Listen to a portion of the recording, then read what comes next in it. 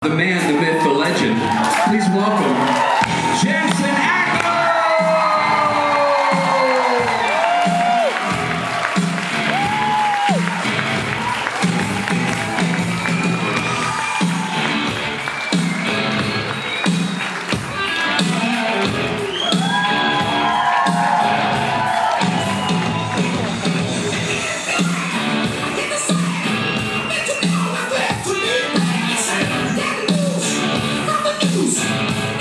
Hey, buddy. There. You all right?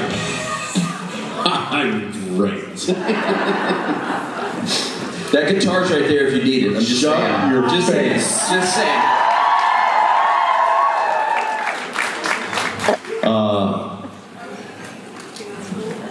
Jason Manners, ladies and gentlemen. What's happening, everybody? Happy Saturday, Monday. What is it? Sunday. Whatever it is. Happy that day. Happy day. Happy day. Here we are. Look at us. Did you sleep? Did I sleep? I did. I did. Yeah. About 6 weeks ago. Not since then. No. It's been a long couple of months. I'm not gonna lie. Lot has happened. But anyway, I'm here, and we're here.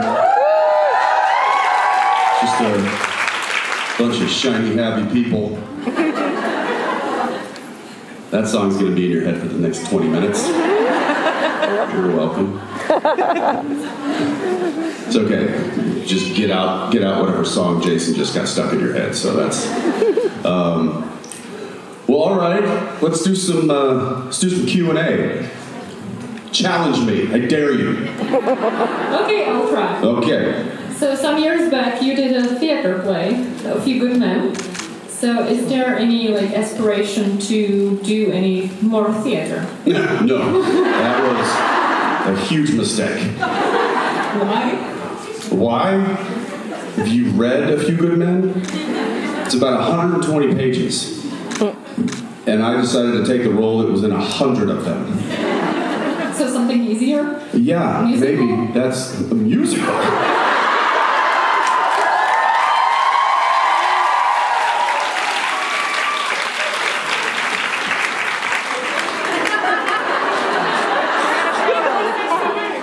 What? Oh, she's trying to blame somebody else. Typical! I mean, you can act, you can sing, you can dance. Meh. Get by. Who was I just talking to? There was, forget. I'm gonna segue somewhere else. I was just in New York recently, and I went, and I was there doing some publicity, so I was up there by myself, and just for a couple days, and I did I went and saw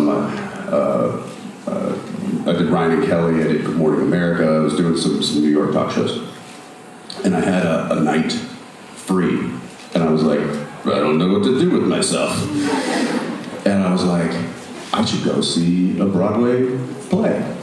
And so I looked up and was like, what tickets are available? I only need one. And I went and saw Music Man starring Hugh Jackman.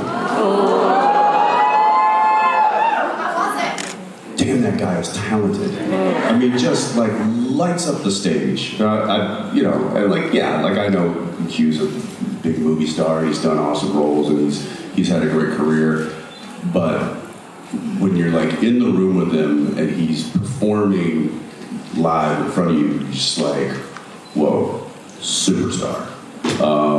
So that was really fun. That was a good classic Broadway musical too, which I had never seen on Broadway. So that was a lot of fun. I encourage you guys who are ever in New York to go check that out. I don't know how long he's doing it for, but that was quite fun and made me think, would I want to do that? Yes. Yes.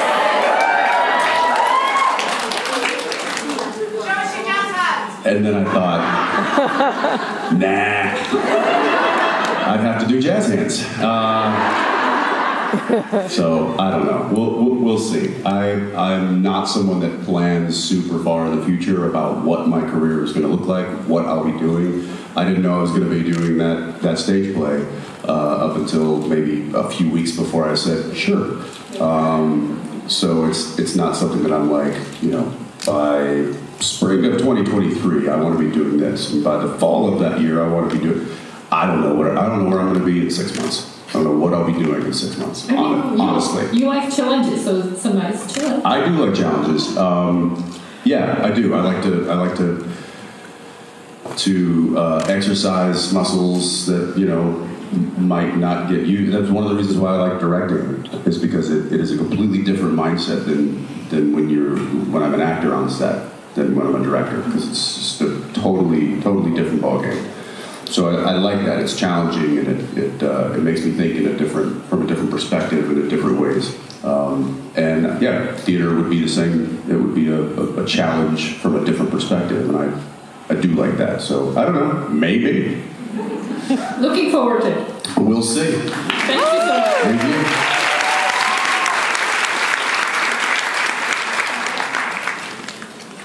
The very first musical I ever did, the only musical I've ever done, it was Who Knows, Could Be, There's Something New Any Day, I Will Know Right Away Soon As It Shows. Anybody? Oh, anything goes. What's that story? Good job. Hi.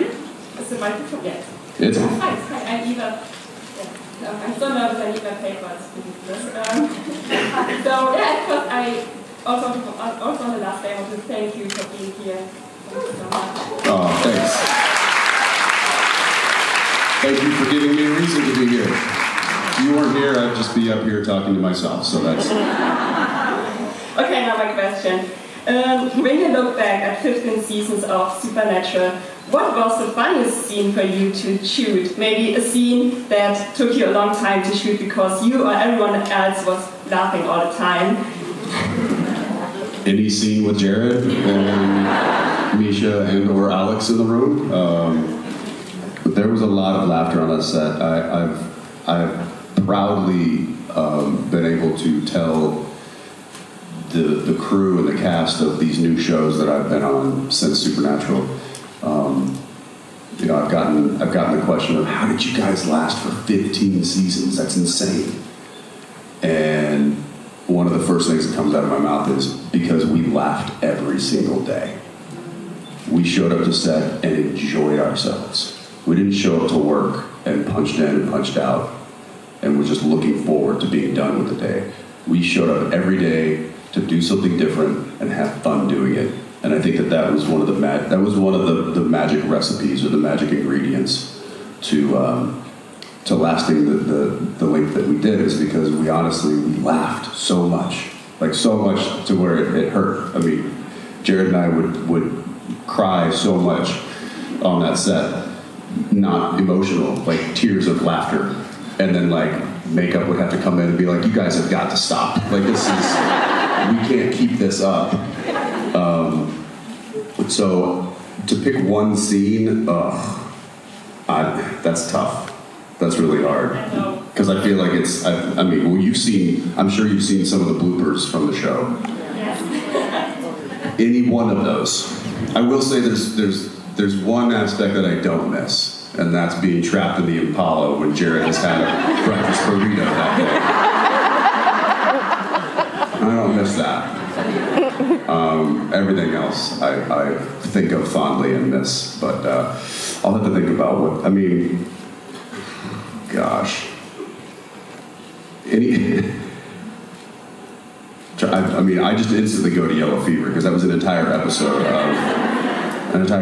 of me being ridiculous and making Jared break character. But there was stuff every day. So I don't know. That's a tough question. The whole series is my favorite scene that I laughed at.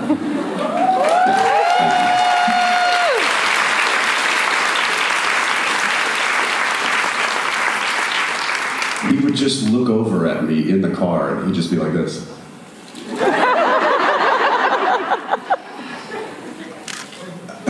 don't want to spend a lot of time talking about this, but we're just going to sit in a little second. It never made a noise. I don't know what that says about him, but I just know that it was just, he was like a sniper. It just out of nowhere, it would just be, I'd just look at him and he'd be like, and then it was just like instantly, it'd just be like, oh God!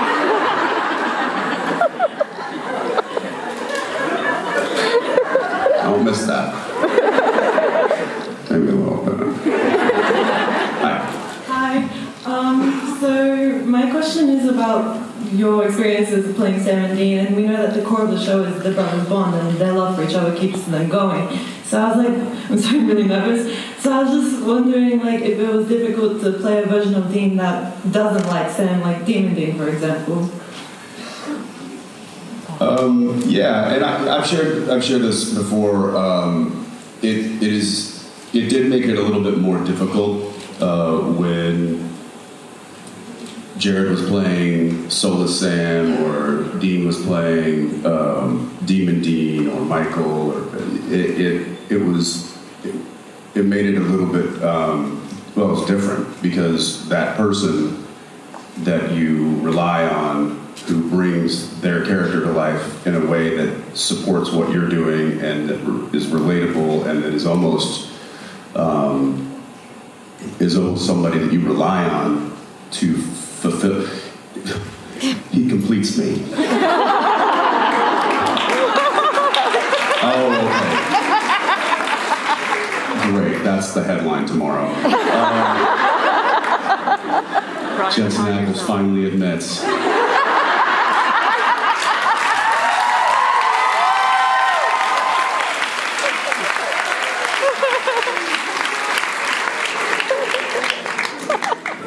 That he really does love Tom Cruise movies. It's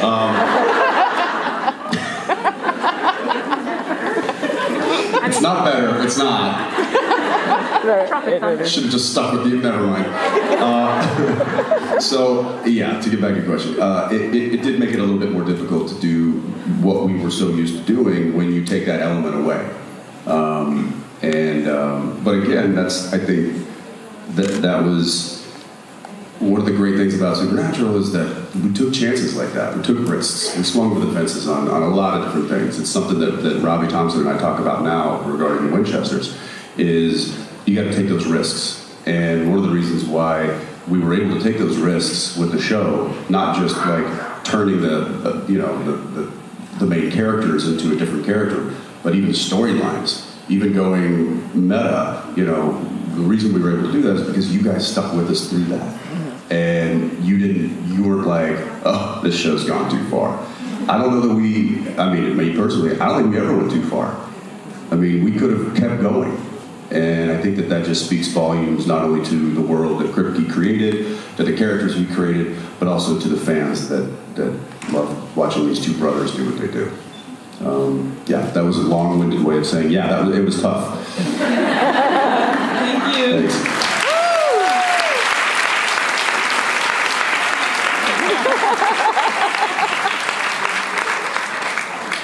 Hi, Jensen. Hi. I'm Anna. Hi, Anna. Just like everybody else, thank you so much for being here. It really means everything. Thank you. My question is about iconic lines. One of the things I absolutely adore, one of the million things I absolutely adore about Dean, are all the iconic lines that he's got to say in 15 years. And the same adoration comes with Soulja Boy as well. Soulja Boy. Slightly different, but yes. Slightly perverted, but there we are. Yeah. Yeah, I feel like that. So he has a lot of iconic lines as well.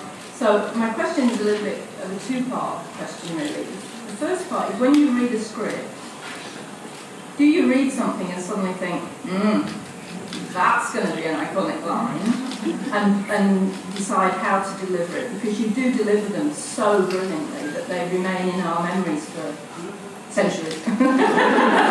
Thank you. Or do you do the tape and you think, no, that could be something a little bit more special. Do you understand my question? I'd say a bit of both, honestly. I'd say there are some lines that jump off the page of like, oh, that's a really good line. Yeah. Like that's a headline kind of a line. And then there's times when a line will come out in a scene where I'm like, well, that's in the teaser. That's going to be in the teaser for sure. Like there's just some like marquee lines that are written that way, and there are some marquee lines that just happen to come out that way. I would say Soldier Boy was probably a little bit more on the page, some of those lines, but also like I remember this one day I was shooting this the scene and Kripke was there on set, and he and I were coming up with like alternate lines for the scene. And I just remember we kept, like, I would come up with one and he'd be like, oh yeah, that's good. But also try this one. And I'm like, I'd try that one and be like, oh yeah, that one's good. I was like, ooh, but wait about this one. And he's like, oh yeah, do that one. And so, Sparks flying. yeah. And that's one of the wonderful things that I love about this job is the creative collaboration that exists on a set with the other actors and with the film technicians and the writers and the producers and the director. It's such a fun, and when it is a good set, when it's not some toxic set, which there are plenty of those, but when there is a really kind of freedom to be creative and that's encouraged, and that's a really healthy work environment, and that's when it really gets fun. And so a lot of times those lines just happen. But it hits me sometimes. Yeah. And then I think, I mean, look, I remember when I said Saving People Hunting Pit, like that came out, and I was like, that's the headline, that's it. And I didn't think that Driver Picks the Music, Shotgun Jets Escape. I just said that, I was like, that's just a Dean thing to say. And then it's written on people's bodies now. So sometimes I don't even realize that it is, and other times I'm like, oh yeah, and then sometimes I'm like, this is, and then nobody ever likes it. It's like, I don't care for that line. I'm like, what? Yeah, so you never know. You never know what's going to hit. That leads me into my other part of the question. Sure. Did Eric actually say to some of the writers of Boys, look, this guy can really deliver fantastic iconic lines. So can you write them? Because he from the moment he opened his mouth, they were all iconic lines, more or less. I mean, I don't know what Kirby's like, what he said before I got there. I know some of the cast was like, he basically was like, you're gonna like this guy. This guy's good stuff. He's gonna, he's not coming in to make waves or to ruffle feathers. He's coming in. He's gonna find his lane, and he's just going to add to an already amazing cast. And so he had done a little bit of legwork for me with the cast. But as far as what he told the writers, I think they just wrote Soldier Boy that way, and hoped that I could deliver. And as did I. I was like, oh man, I've had some of those lines, and I was like, oh, I can't mess this up because that's so good. Yeah. I'm trying to think of what's the one Soldier Boy line that you remember the most? Mine, and going back to being slightly perverted and also being 54. Great. Yeah, it's the older woman, their driver, right behind.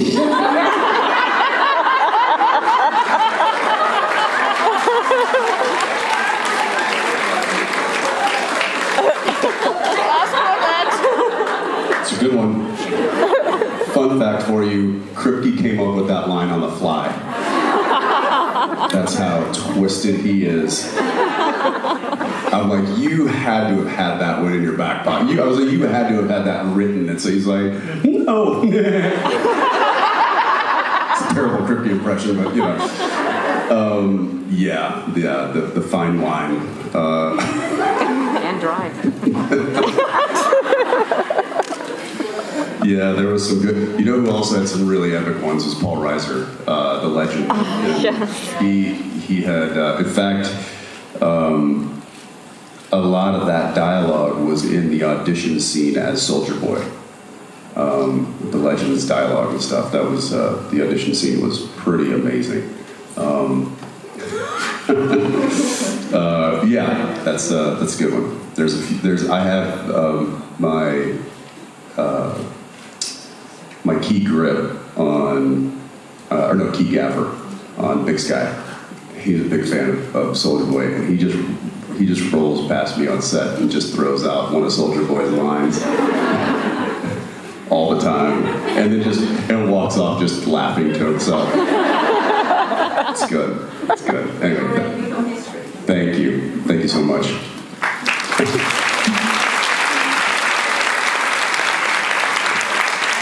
Hi. So my question is about the Winchesters. I mean, we got a new trailer last week, and I'm really excited for the show, and also to see Dean again on screen, and also for you to be Dean again, and also like what we can expect from season 1. It's like slipping into an old pair of sneakers. Like it just feels right when I'm leaning against the car and doing that. I will say that there's not a lot of that in the show. Yeah. There will be a little bit, but you'll hear my voice. You'll hear Dean's voice, and I'm really excited for you guys to see it. I'm excited to kind of see how it comes together. We've just put a bit of a spin on the pilot. We did a few reshoots and stuff, and that's really coming together nicely. And then the first episode after that, we have John Showalter, who was one of our. He stepped in for Phil Segrisha when Phil went to The Boys and took over as post-production producer and also one of our in-house directors. And he had directed numerous episodes of Supernatural. He's one of our go-to guys. He is our guy down. He's our boots on the ground. He moved over to New Orleans, and he's the producing director of the Winchesters. So it is in good, capable hands of somebody from the mothership, as we call it. And I'm excited to see what you guys think, and excited for these two young, very talented actors. Yeah, the cast is amazing. Yeah, not just two. For the 4 and 6, we just really got an amazing cast together, and I'm excited for you guys to get exposed to them because I think they're awesome. Thank you. Yeah. Thank you.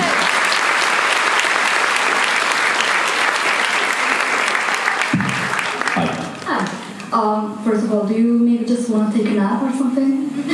I'm sleeping right now. Okay, good. You can also take a shot, apple juice. A what? You can drink apple juice if you want. Is it 12? Yeah. Somewhere. Really? 3 minutes. Somebody let me know when it's noon. On that note, I might be visiting Austin soon. Since you teased a live show, it's probably gonna be there. What's your favorite beer on tap right now at the brewery? Well, full disclosure, I haven't been home in 2 months. And we rotate out. They're probably getting to the end of the summer seasonals and are probably starting to move into like the early fall seasonals. So I, to be honest, don't know which ones are still on or which new ones have come on. I know the ones that are always on, and I'll always go for a Crackle. That's, yeah. But don't drink too much of that because it'll get you. It'll get you. Yeah, thanks. Thank you. Hi. So my question is, you've worked essentially as a lead on a show for 15 years, and you were obviously very involved in that, and now you're doing a lot of different shows, you're doing a variety of projects, different directions. Is there something that would incentivize you to move back to being like a lead on a show that's running for a long time, or do you not see yourself going in that direction again? Oh, I do. I've been the guest at a few tables, a few new shows, and I would have no problem going back into a lead role.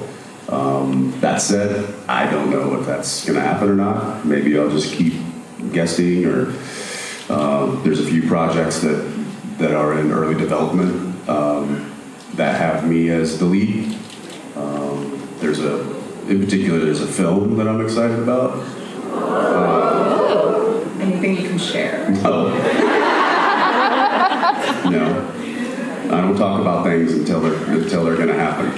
So I'll just tease that, and that's as much as you're going to get out of me.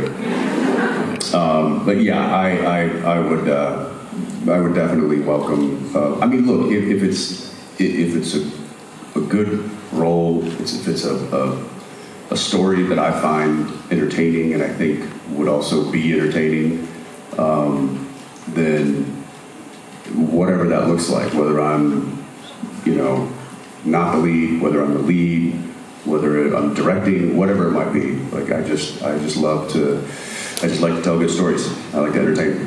That's my thing. Yeah, thank you. Yeah.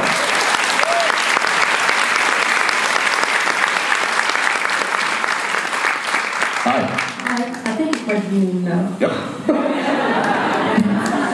What's your question? So my question is, I wanted to know your impression on your very first convention, what you felt that day compared to today. Oh, God. How you felt that day? It's actually apple juice.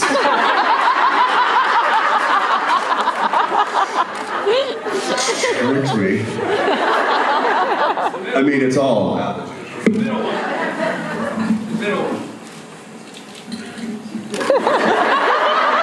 What's happening?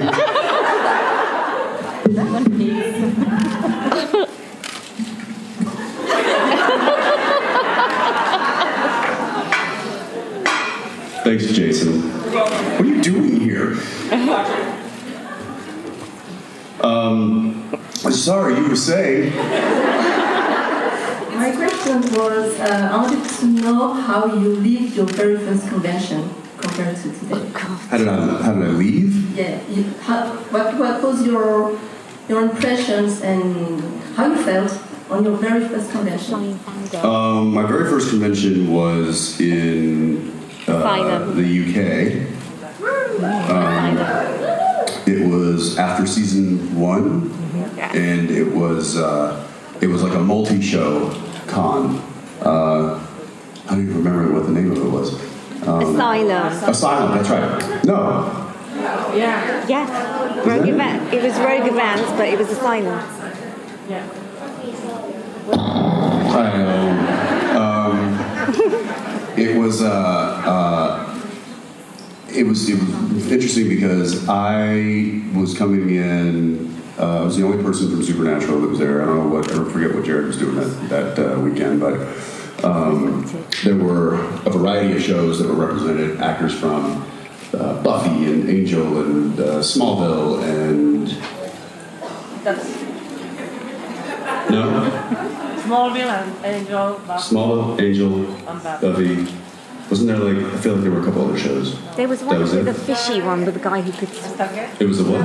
The guy who could swim as a fish type thing. The fishy guy? The guy who, that's The Deep, and that's the show. It's only been on for 3 years. It was a CW show. What? It was a CW show, and I can't remember. Anyway, it was. I just thought I was going to be kind of, playing in the back of the crowd, and the show had just aired, and I guess it did really well in the UK because me representing the show got a huge reaction that weekend, and I was like, and that was when I think the person who was running the convention was like, oh, let's just do a Supernatural convention next time. And that's what we did. So I remember it being quite an eye-opener as far as from a fan reaction went to the show. And I was like, oh, we might get another season. We might not get canceled. 15 years later, here we are. So yeah, I do remember it.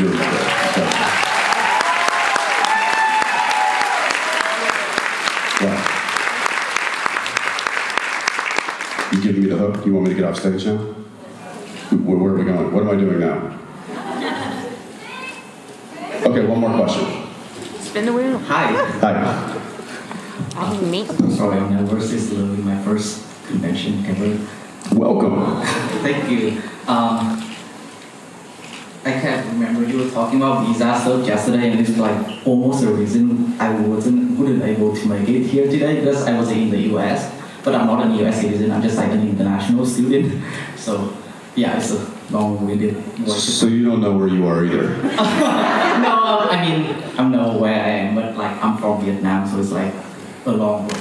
Got it. Thank you. But yeah, my question is that I know that like you even back in like I don't know the 2000 you say that like you already say that like you know how to sing, but like throughout the years like your voice drop like it's go down like it's in the lower range now. So I just want to know how you practice it because like I was when I got to college in the US I was inspired by you to like take up vocal class, but I started.